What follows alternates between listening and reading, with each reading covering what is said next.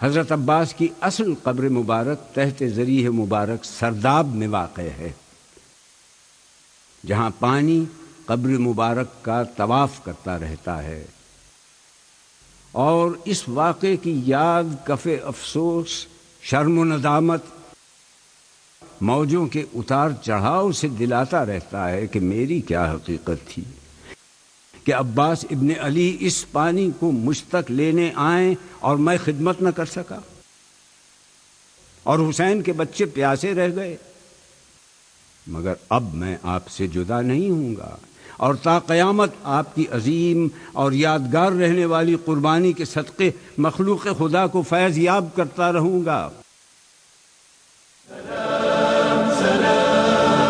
على كل طعنة وكل قبرة بجسمك سلام سلام سلام سلام، على كل طعنة وكل قبرة بجسمك سلام سلام سلام سلام، على كل قطرة سالت من دمك سلام۔ اس کرامت کا تاریخی پس منظر یہ ہے کہ واقع کربلا کے بعد یہ شہر 2 روضوں کے اطراف میں بسنا شروع ہوا۔ موجودہ صحن روضہ عباس کے شمالی حصے میں دیوار سے باہر نہر القمی موجود تھی، اور اسے منطقہ بغداد کہا جاتا تھا۔ عباسی دور کے ایک حکمران کے حکم پر قبر حسین اور عباس کو مسمار کر کے اس جگہ پر کاشتکاری کا حکم جاری کیا گیا، اور نہر القمی سے پانی چھوڑ دیا گیا تھا تاکہ آثار قبر مٹ جائیں، مگر ایسا نہ ہو سکا۔ نہر القمی ختم ہو گئی، اور اس کا کوئی وجود اس وقت سے آج تک باقی نہیں ہے۔ سرداب میں داخل ہونے کے 2 راستے ہیں، ایک روضے کے اندر مغربی رواق سے ہے جو بند ہے، دوسرا دروازہ صحن کے شمالی حصے پر ہے، اور اسی دروازے سے سرداب میں داخلہ ہو سکتا ہے۔ زائرین کے کثرت ہجوم کے باعث ان دونوں دروازوں کو بند رکھا جاتا ہے۔ سرداب میں اترنے کی جگہ کچی تھی، سیڑھیوں پر سنگ مرمر لگایا گیا ہے،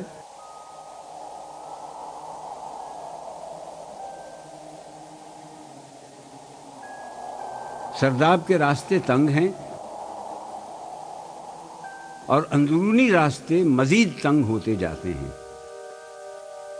سیڑھیوں سے اتر کر ہم سیدھے چلتے ہیں،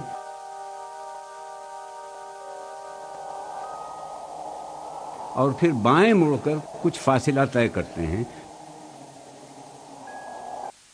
تو ہمارے سامنے قبر مبارک آ جاتی ہے۔ اس مقام کو حذا الحیر کہتے ہیں۔ قبر کے اطراف میں حال ہی میں سنگ مرمر لگا دیا گیا ہے، اور پنجتن کے نام اور حضرت عباس کا نام سونے سے کندہ کیا گیا ہے۔ یہی وہ مقام ہے جہاں آپ گھوڑے سے زمین پر تشریف لائے تھے، اور یہی آپ کا مدفن ہے۔ على كل طعنة وكل قبرة بجسمك سلام سلام سلام سلام، على كل طعنة وكل قبرة بجسمك سلام۔ حرم مطہر کے نگران اعلیٰ حجت الاسلام شیخ مہدی الکربلائی سرداب کے بارے میں معلومات فراہم کرتے ہوئے کہتے ہیں أن مستوى ومنسوب المياه الجوفية في مركز مدينة كربلاء هو منسوب مرتفع، بحيث أنه لو تم حفر موقع في هذه المنطقة فإنه ستظهر هذه المياه على مستوى 4 أمتار أو 5 أمتار تحت سطح الأرض.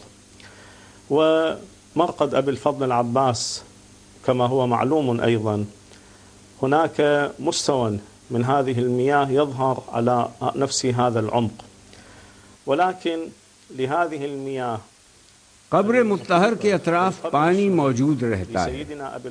یہ کب سے ہے، کہاں سے ہے، کیوں ہے، یہ راز اللہ ہی جانتا ہے۔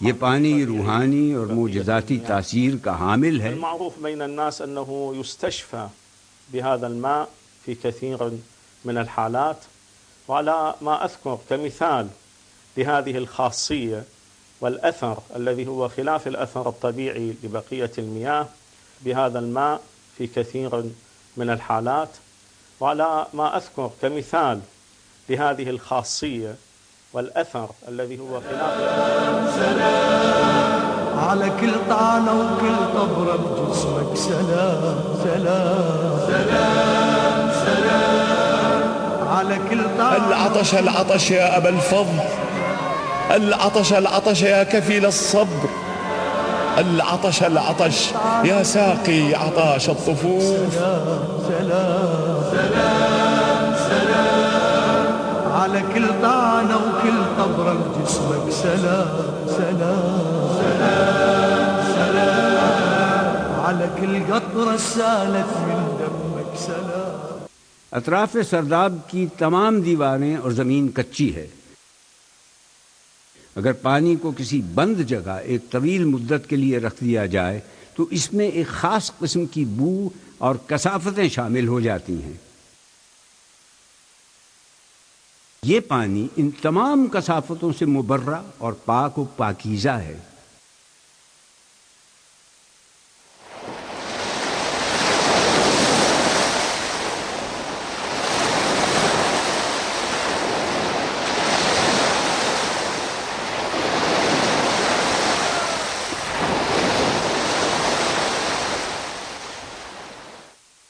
یہ پانی اس بات کی شہادت دے رہا ہے کہ ابو الفضل عباس کی قربانی اللہ کی راہ میں مقبول ہوئی، اور اس نے اس کرامت کی صورت میں یہ ایک انعام نہ صرف عطا کیا بلکہ اس پانی میں شفا بھی رکھی. یہ کرامت ان لوگوں کو جو حضرت عباس کی منزلت سے واقف نہیں، پانی کی اس فضیلت سے ان کے مرتبے کو ظاہر کر رہی ہے، اور محبان آل رسول سے عشق رکھنے والوں کے لیے مزید اضافے کا باعث ہے. جو لوگ اللہ کی راہ میں مارے جائیں انہیں مردہ نہ کہو، ایسے لوگ تو حقیقت میں زندہ ہیں، مگر تمہیں ان کی زندگی کا شعور نہیں ہوتا، اور ہم ضرور تمہیں خوف، خطر، فاقہ کشی، جان و مال کے نقصانات میں مبتلا کر کے آزمائش لیں گے.